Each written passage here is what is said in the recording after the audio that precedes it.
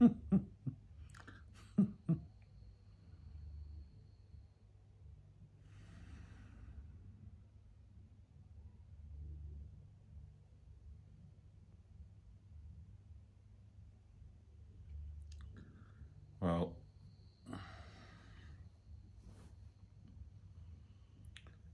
I wanted to make a video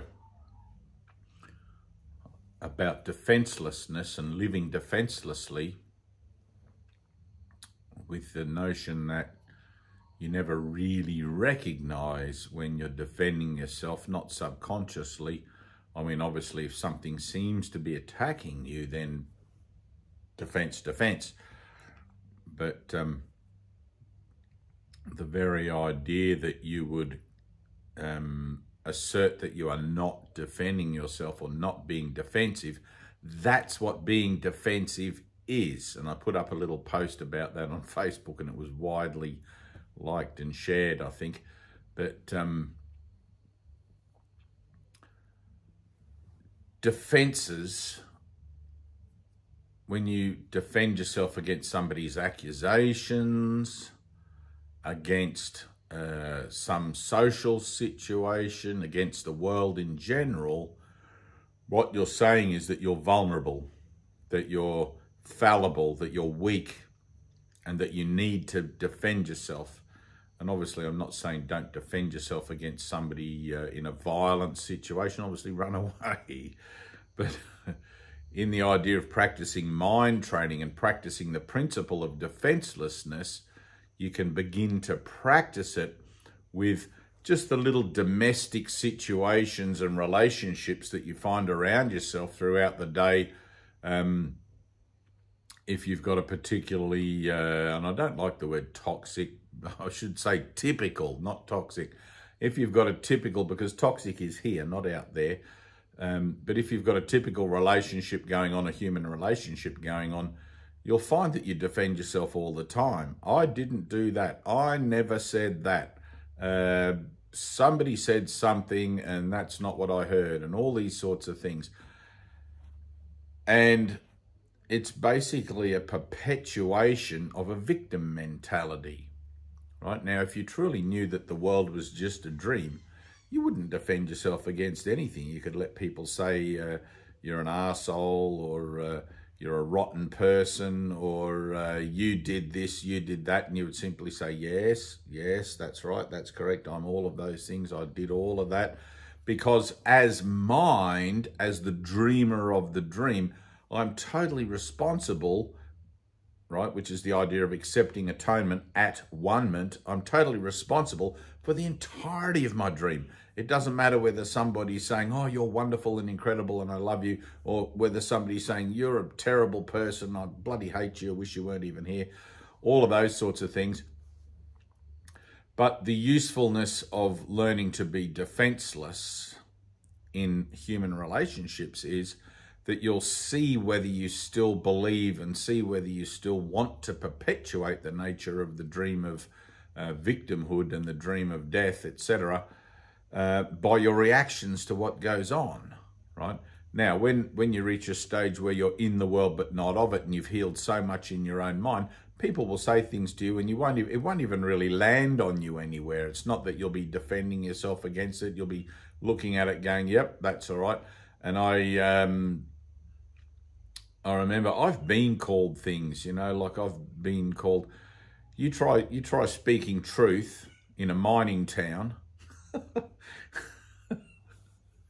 in Australia, which is very much like a frontier town, and you try telling people that they're doing it to themselves, and you try to declare that as your own state of mind and offer it to others, and they call you all sorts of stuff. It's like Jesus, you know, they were all with him while he was giving them the loaves and the fishes and things like that. But as soon as that stopped and he sent them all back to their homes, and he became about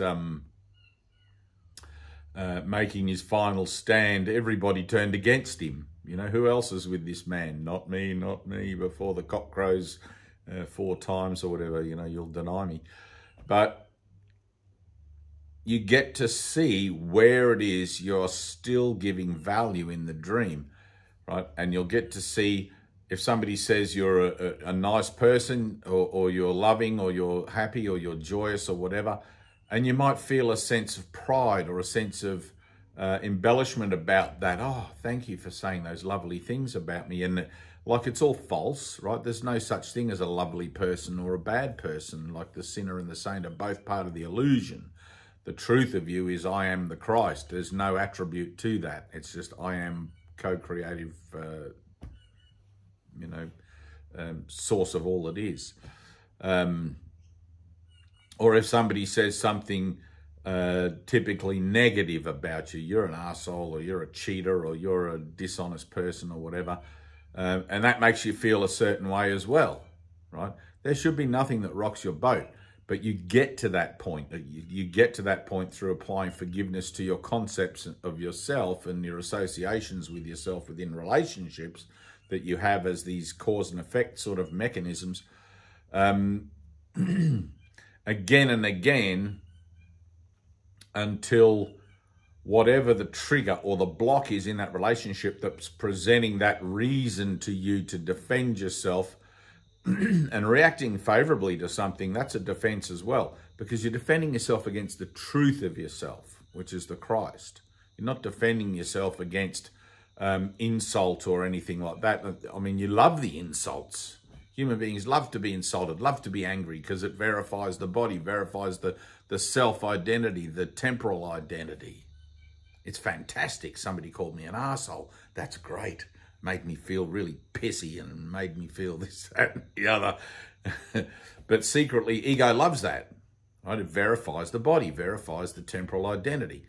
And your reaction to it is confirmation of that verification, and then you perpetuate that all over again, and you can feel a certain way and feel miserable about it, and that ability to feel miserable, well, that's how you're choosing to accept God's will for you, which is perfect happiness. Well, I choose to accept that through feeling miserable, right? It's a very low vibrational form of almost death. And you could say it bears all the hallmarks of death, but that's how you're choosing to experience the will of God, right? Because there is only the will of God. The opposite of life isn't death, it's another form of life. If you've read the text of A Course in Miracles, it may even be in the new version that FIP's put out, Foundation for Inner Peace, have put out, where they've sort of bundled everything in together finally. And it says the opposite of life isn't death, it's another form of life. So another form of life, there's kind of like this flip, right, where everything goes from denying all being reality and wholeness to embracing it, right? And so you kind of get to this threshold with each relationship. You get to this sort of nexus point where the relationship's about to shift, because you see that you've been getting the same results again and again and again, and you either like it or you don't like it, and you're admitting to the fact that you like it, which verifies the body, or you're admitting to the fact that you don't like it, which verifies the body, which is actually a lie, because you do like it. You love to be not liked, and you love to be liked as well. I mean, everything in denial, you're experiencing denial because you want to, right? That's the bottom line. The good, the bad, the yin, the yang, that's what you want to experience. I choose to experience death, therefore the thought system of death is dualistic. I'm going to experience both sides of the coin, the good, the bad, the yin, the yang, the day, the night, the good person, the bad person, all of that crap, right? And you get to see where you're at with the idea of inner peace when something favorable and nice that's said about you, let's say, drags you out of a state of inner peace into an exalted state, or something depressing about you pushes you down into, misery and everything. And but the state of inner peace is the state of I am, the state of beingness, the state of just is. And that's where you're trying to stay. That's where your healing work is bringing you to, is this perfecting the state of inner peace and becoming the master of your own state of inner peace, so that you can transfer that into your meditative and your prayerful meditative efforts, in the stillness of your mind, learning to be at that needle point of inner peace, and stay there without slipping off into the past, the future, the good, the bad, the yin, the yang, and everything else like that. So hopefully if you've been doing the workbook lessons of A Course in Miracles and applying them exactly as they tell you to, with the realization that you probably need to apply them at a much deeper level integrity than you're really giving credit to them for, because everything in the world is superficial. And therefore, when you read a book, when you read even The Course in Miracles, you tend to read it with this superficial mindset that just sort of accepts things on face value and doesn't really allow it to permeate that density of the mind fog that really would allow you then, if you could permeate it, to become activated with the lessons, activated with the text, activated with your own idea of connecting with what salvation is, in a way where you have these kind of holy shit moments. And I was just speaking to Rosie, my one-time wife in the dream, the other day, who's doing the workbook lessons again this year for the second time, I think, or the third time perhaps. And she's expressing such an excitement for it, because now she's gone through all this period of tumultuous sort of upheaval with everything, and coming to this point of futility where trying to pursue and engage with the world in an idea of accomplishing something seems futile, and therefore withdrawing from those dreams and ambitions and hopes in a way that the only alternative is salvation, and therefore giving automatically more meaning, because the meaning's been withdrawn from the world, more meaning to those lessons, and starting to really connect with them at a much deeper level. And that's how it goes for everybody. And I know she won't mind me talking about that in this particular context, because she loves talking about it and helping people. But it's a beautiful thing. When you can see it, it's a beautiful thing, right? So my defenses, if I defend myself, I'm attacked, right? When I defend myself from something, right, what I'm actually saying is that there is some power in the universe that can actually attack me. But if I'm a child of God, I can't be attacked, because I'm eternal. I'm whole and perfect as God created me. I can't be changed, attacked, manipulated, or anything whatsoever. All of those kinds of things are only attributable to the notion of the idea that I'm a body, and that I have a story and a personality and a thing that seems to be able to be changeable and movable and manipulatable. And it's not true. I am the Christ, and so are you, speaking through this body, speaking through this avatar.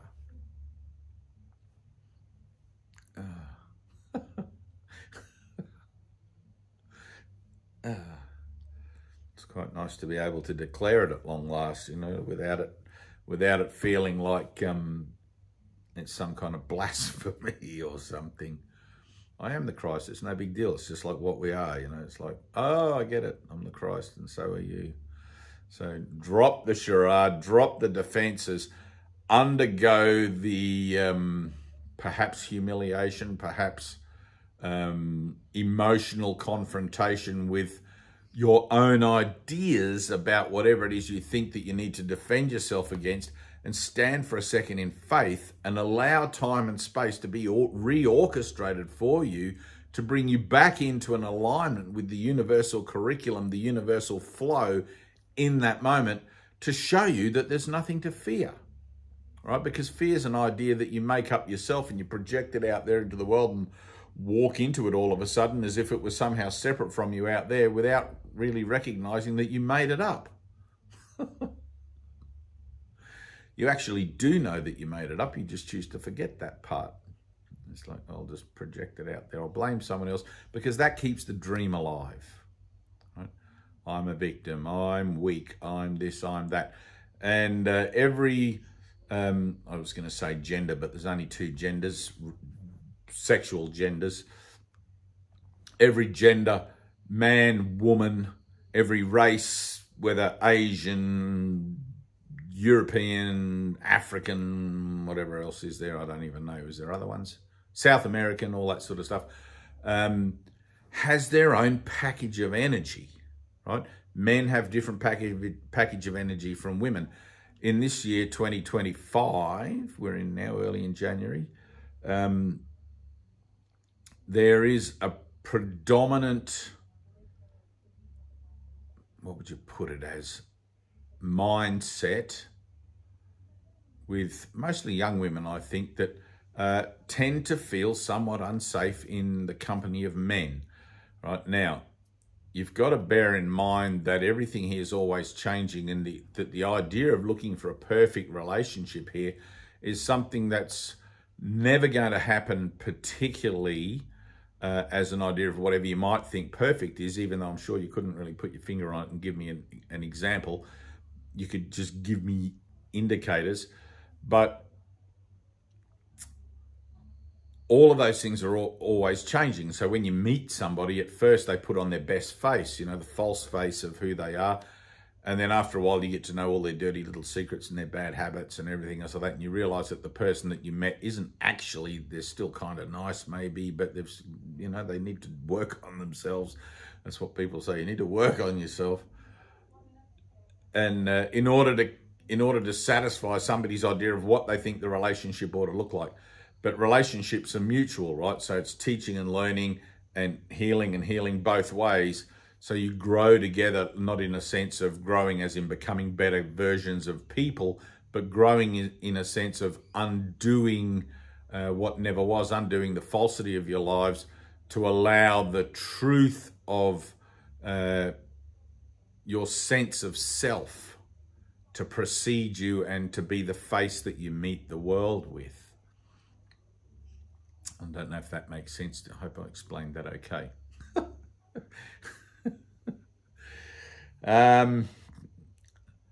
But defensiveness, right? So in my defenselessness, my safety lies, right? Because you're learning to become completely dependent on God.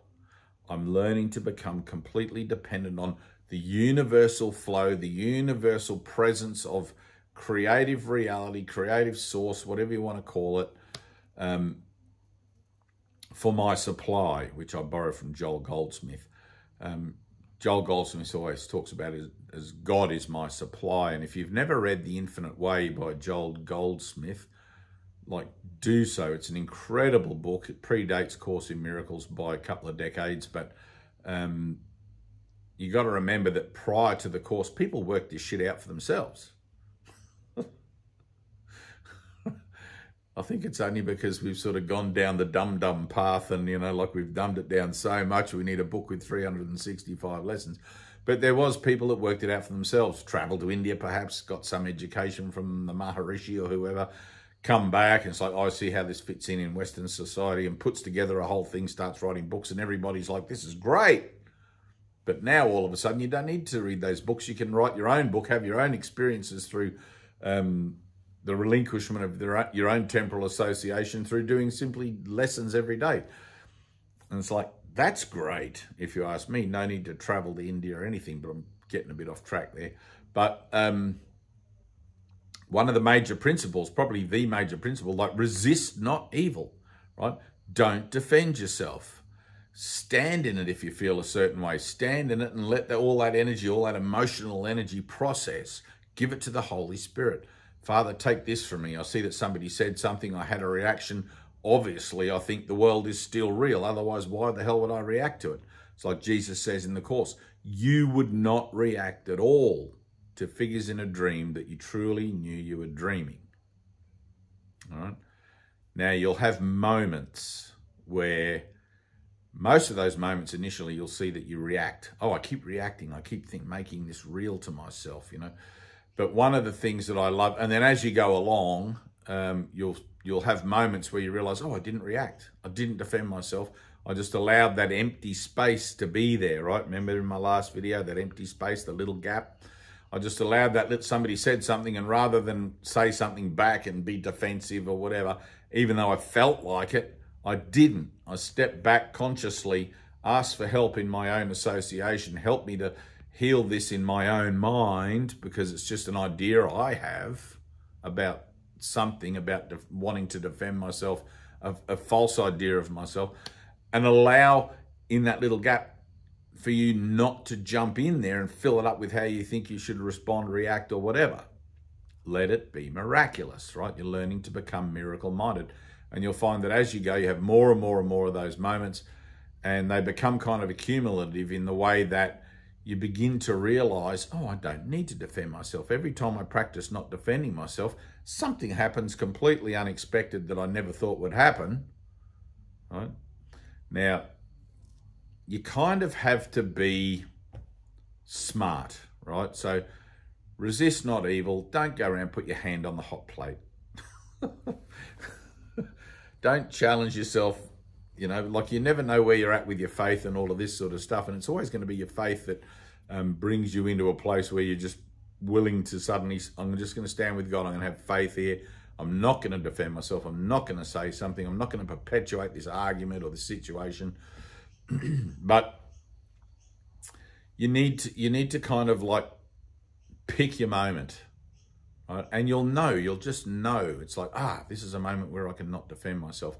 And especially if you've seen that you've got a cyclical relationship trigger going on again and again and again. The same person activates you all the time. This person always makes me feel like shit, whatever. Well, they don't make you feel like shit. That's how you're choosing to react. That's how you're choosing to respond.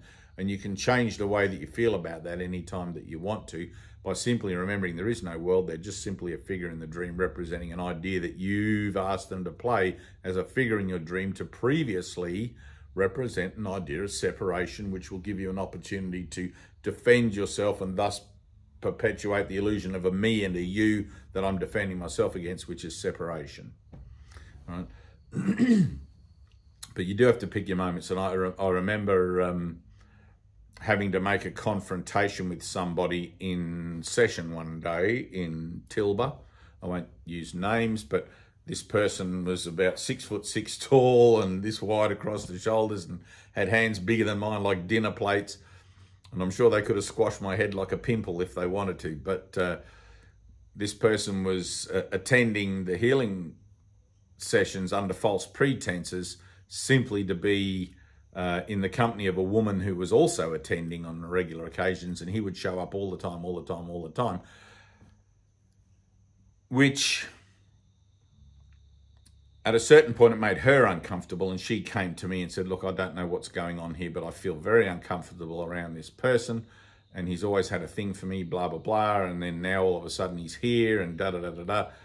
And I thought, all right, I'll just confront it, and then I'll stand in that empty space after having made the confrontation and allow whatever occurs.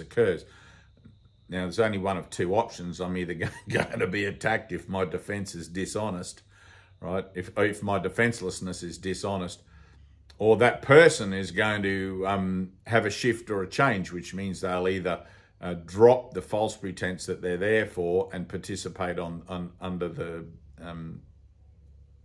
the true pretense for or idea of participation, or they'll probably leave. So I made the confrontation, had to stand there, and this guy's face to face with me, and beautiful person, beautiful guy, like absolutely lovely. And I believe he now runs some kind of healing workshops for children, for young children and stuff, which is beautiful. And I could see him doing that. He's got that energy. But at that time, I didn't know which way it would go. I didn't really know him very well, and he took on board what I said. I refused to defend myself. I just stood there, kept my silence, and just allowed that to process in his own mind, whatever. And it became tense for a second. There was a little bit of tension in my mind where I'm like, ooh, don't lose my faith here, don't lose my faith. And then he's like, okay, I hear you and whatever. And he made apologies to the person concerned and left and never came back. But I did hear news of him around the traps, and it was lovely to hear that news. But you never know what anything's for, But in that particular instance, I had to stand there representing a principle. Now, the principle was the the idea of entering into a circle. There was about a dozen of us, entering into a healing circle or a healing room, a healing experience on certain terms. Now, those terms were unconditional, that you just were there for healing. That was it. If you had another secret agenda or a hidden agenda or some other reason you were there for, then no healing would occur, because the Holy Spirit is a totally singular frequency of participation with which you don't do yourself any service to try and, sneak in disguise. You have to be vulnerable and open and allow yourself to enter into the circle on unconditional terms. Right? There can be no qualms about it. So it's like the same thing when we draw our circle, when we do our circle work individually or in the group, in the Zoom meetings, whatever. And we might do one in this Zoom meeting, I think, on Monday coming. You enter into that circle. It's a healing circle. It only has that purpose. That's it. That's why it works. It has a singular purpose that is aligned with the whole purpose of the Spirit. And in that, energetically, you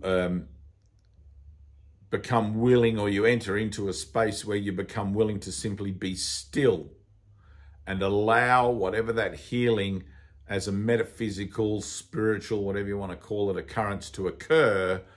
And you go through the particulars of the emotional release and everything else through breathing, being still, and not running away when all of that stuff comes up and you just want to run, right? Which happens, it happens, it does. You run away and run away and run away, and then you come back, you come back, you come back. And it's like, well, if God is love, what am I running from? And it's just, well, there's just this precipice, right? And you get closer to this precipice, you get closer to this kind of like point of being revelation ready. And it's kind of scary. It has a lot of energy of scariness about it and terror about it. But remember, you've given it all that meaning and you sort of practice your defenselessness and practice entering into that moment, entering into that circle for that healing moment again and again and again, facing that darkness and that terror and that fear and everything, because it is a journey into fear, over and over and over, so that you can come to the conclusion in your mind, which is so dense, vibrationally speaking, so dense that it's kind of like bang, bang, bang, breaking through a brick wall. And you do it again and again and again, so you can realize there's nothing to fear, there's nothing to fear, there's nothing to fear. Every time I come into this circle, it brings up stuff. But the more I do that, I see that I go through it and I come out the other side and like, what the heck was I scared about? What was I even thinking? But on this side, it seems quite terrifying sometimes. But you can't do much about that. The way out is the way you get out is the way you came in. It's like, well, all right. I see that I need to build up a bit of courage. I need to build some faith. And that's what the whole path is about, building faith, right? Unless a man lives by faith alone, he cannot enter the kingdom of heaven. That's what we're doing. We're building faith, right? And I used to make experiments with my faith. I have one or two prominent examples that I kind of remember where I would leave the house and travel hundreds of kilometers without money, without transport, without anything. I would just hitch and trust that I'd be fed, sleep, get a lift, everything. And always was supported. I would find myself having to be praying by the side of the road sometimes for a lift and, and for what am I going to eat today, Lord? Show me and guide me and whatever. And being guided and being shown and meeting people and, here, would you like to come for dinner and all these sorts of things. And those were within the dream anyway, true experiences that I had, which bolstered my faith and allowed me to come to a state of mind where I became acutely aware that I was being supported by a higher power. When I stopped running my own show, when I stopped trying to support myself, when I stopped flogging my guts out for a living, right, I'm supported by a higher power. So, and you never know how that's going to look, right? You've got to just let it be, thy will be done. Right? You never know what that's going to look like. All right, I'm just going to step into this open space, this empty space. I'm not going to fill it up. I'm not going to write any preferences here. I'm not going to put anything. I'm just going to ask God, I need a miracle. God knows what you want before you ask, all right? This is about learning to become completely dependent on God in order to get your ass out of this reincarnative cycle of birth and death and the physical experience, this temporal plane, etc., and having experiences of being supported by God. Right? Now, at a certain point, your familiar surroundings, your house, your job, your everything else, it can only offer you so much conversion potential, right? And there's going to be moments where you'll have to make little pilgrimages or little experiments and things like that. And really, you need to be listening to your own heart about that. And it's like, all right, well, let me live in faith. How do I do that? What even is faith? Well, you won't know until you go. You can't examine what faith is from your armchair, because faith is an experience and faith is its own reward. Right? The more you practice faith, the more your faith is bolstered and increased exponentially. Right? What you give I forget the teaching in the Bible, but you give $100 and you get $1,000 back, sort of thing. It's kind of like that, but it's energy. It's not I'm pretty sure it doesn't say $100 in the Bible. But you'll be rewarded 10 times. Oh, I can't even remember the bloody thing. 10 times. Somebody will know out there. I think, David, if you're watching this video, you'll know. You can drop a comment down below. You know what I'm trying to say. I just can't pick things anymore out of, it gets very difficult. My mind tends to be a little bit, sometimes a lot, just the past is gone. So anyway, resist not evil. That's basically the whole teaching of Jesus Christ. I'm learning that I'm one with everything, one with all things. Keep my finger on my nose, and whatever seems to be showing up out here that I feel like I need to defend myself, it's only my own thoughts about it that I'm actually defending myself from. Right, hang on a minute, I'm responsible for this. This is a figure in my dream. This is an idea in my experience.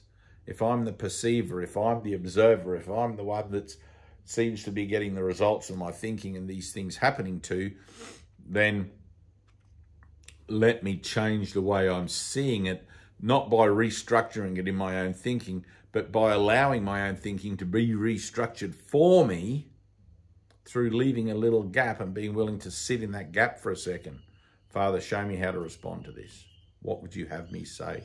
How would you have me react, etc.? So, and just kind of be real with it.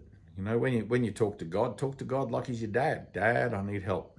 It doesn't have to be our dear Father in heaven, all this sort of stuff. I mean, imagine it, like I always think prayer is one of those things everybody's kind of clunky with it at first.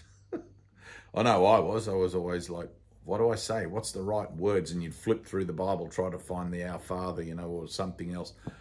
Or through Course in Miracles, try to find a suitable prayer that you think fits the situation you see yourself in. But after a while, you just realize, I'm just going to talk to Dad. I'm just going to talk to Dad. I'm just going to talk to God like he's just sitting here in the room with me, because there he is in here. But I couldn't think of anything worse, like imagine your children coming to you, repeating the same prayer every day, exactly the same thing. You'd think your children were crazy. It's like, what's wrong with my children? Why don't they just talk to me? Why do they keep repeating these mantras and these prayers and, like again and again and again? It's like, well, that doesn't come from the heart. It does not come from the heart. The heart is where you have this honest moment with yourself and it's like, I just need to get this off my chest. I just need to talk. I just need to ask for help in my own way, in the way I feel. I mean, if the way you feel is robotic and systematic and everything else like that, then I guess that's where you're at. But it's like, come on, let's try and just imagine ourselves beyond that for a second and just see what happens. Keep it real is something, I don't know if other countries say keep it real, but You know, keeping it real is something that in Australia, used to be, we'd say, oh, you just got to be fair dinkum. Fair dinkum is Australian for keeping it real. You know, or someone who's genuine. That person's a fair dinkum person. They're a genuine person. They're honest and true, and you can depend on them and that. So you just got to keep it fair dinkum, keep it real, and you know, remember that your defenses only perpetuate the situation that you're defending yourself against. It'll show up again and again and again, and you'll have this sort of internal thing with yourself where because you had to defend yourself against it last time, you couldn't process it, you couldn't deal with it, so you put up defenses and pushed it away. It's going to come back, and you'll have this doubly recognition that, oh, I couldn't deal with it last time, and here it comes again, and you'll feel doubly weak about it, right? Don't forget to include God in the equation, right? I feel the stirring of God's strength in me, not my own. I'm learning to become dependent on the power of the universe, the power of the creative source of all things, the divine, which will support me if I let it. And there hangs the tail, if I let it. All right, well, that's it. I love you guys. And don't forget the Zoom meeting will be this Monday. We'll have a bit of fun with it, maybe. I don't know. I know it's important. It's important to do the workbook stuff, you know, and those first 50 lessons are incredible. They just shatter everything. And the reason I like doing them once a week, I used to do it every single day, right? Twice a day sometimes, but every single morning I would start my day doing those 50 reviews, 50 workbook lesson reviews every day for 6 years, right? That was my thing. And with a group of people. But I know how cunning the ego is. You can do those reviews and you can repeat it and be like, oh, that's right. Yep, that's it. I'm sustained by the love of God. Thank God for that. Walk out the door, be confronted by something else, and all of a sudden, whoop, it's all gone. And you're like, what did I read this morning? And you can't remember a thing because the ego loves to obliterate all that spiritual stuff and try to draw you back into the drama. So it's important to keep up with that. And I like to do it in the Zoom meetings for those reasons, for that reason. You know, I know how important it is. Mind training is the most important thing for you now. Jesus says that in the Course. Mind training is the most important thing for you now. Not something else. Mind training. Right? And you've got to really take that on board and be like, all right, I see how badly I need it. I see how wayward my thoughts go. I see how half-hearted and wishy-washy I am in my resolve to overcome and to forgive.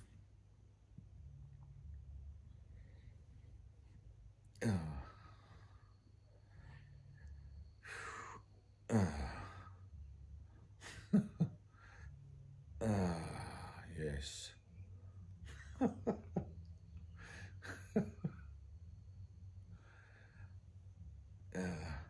Oh.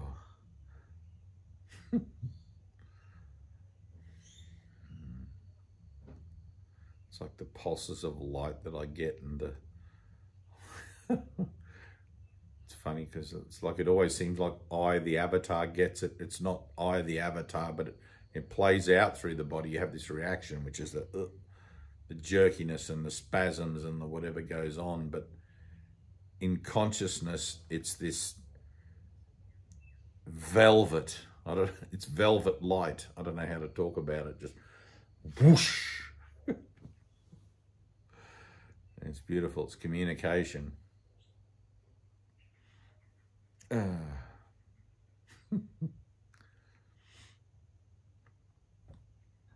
I think I made a mention in my last video, just to finish up, of somebody who read something in the Course and watched one of my videos and then started vomiting and crying and laughing and carrying on the other day, which is a great reaction. I mean, it's a completely defenseless reaction. It's like that person was truly open-minded, allowing it in, because that's what happens when you allow the transmission in. You do have a reaction to it. The ego tries to shut that down straight away, but in your defenselessness, that can transpire into all sorts of experiential stuff. And I did forget to mention that this particular woman had experiences of gold and white light after watching the video, etc. So another, I mean, I guess I should talk more about that. I'm not going to now because we're 40 minutes in, but the whole point of being defenseless is to have an experience. I want an experience of the love of God within me through not compromising that gap that I leave empty for the Holy Spirit to flow in and make those changes. Those changes are not so I can have specifically harmonious relationships out here, although that's the effect of it, but it's so I can begin to have this holy instant of recognition in my mind where the light of reality can break through into my conscious domain and give me some kind of an illuminating experience that shows me that there's more to what's going on in here than I actually think in here, like as if it's in my head, really. There's more that's going on than meets the eye, right? It meets this eye.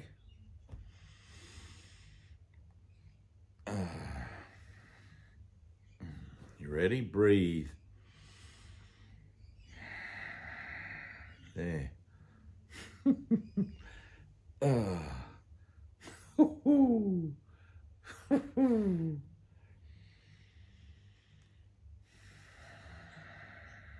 Feel. Let it happen. Just let it happen. Open to the inevitable possibility of something happening that's not contained within your own consciousness.